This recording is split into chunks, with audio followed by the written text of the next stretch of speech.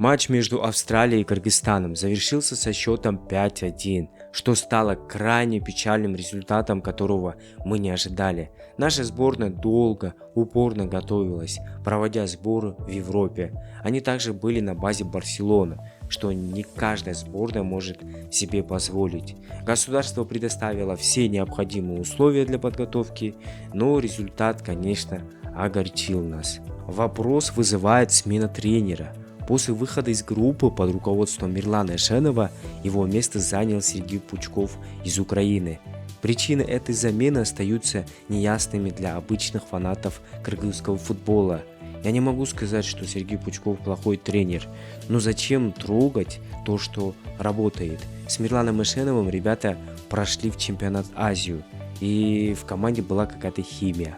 Тактическое решение нового тренера также вызывает вопросы.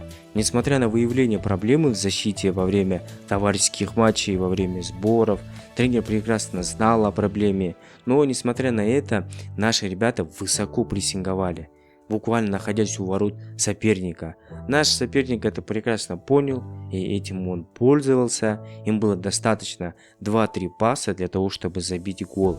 Тактика Сергея Пучкова напомнила тактику Флика. Попытка ловить соперника в офсайдах, но, к сожалению, это не сработало. Австралийские игроки оказались более быстрыми, наши защитники просто не успевали. Я ожидал, что после первых 10 минут прессинга команда будет потихоньку уже переходить к позиционной игре или начнет играть в контратаках. Но этого не произошло. Даже во втором тайме, когда мы вышли, мы продолжали высоко прессинговать.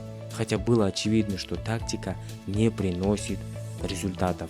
На мой взгляд, стоило бы больше использовать навыки и способности таких игроков, как Бекнас Алмазбеков и Маданов, чтобы они играли впереди с одним нападающим, а остальные игроки более склонны к обороне, чтобы в случае чего можно было сразу компактно обороняться. Также мне кажется, что ребята были слишком перемотивированы, что также могло повлиять на их игру.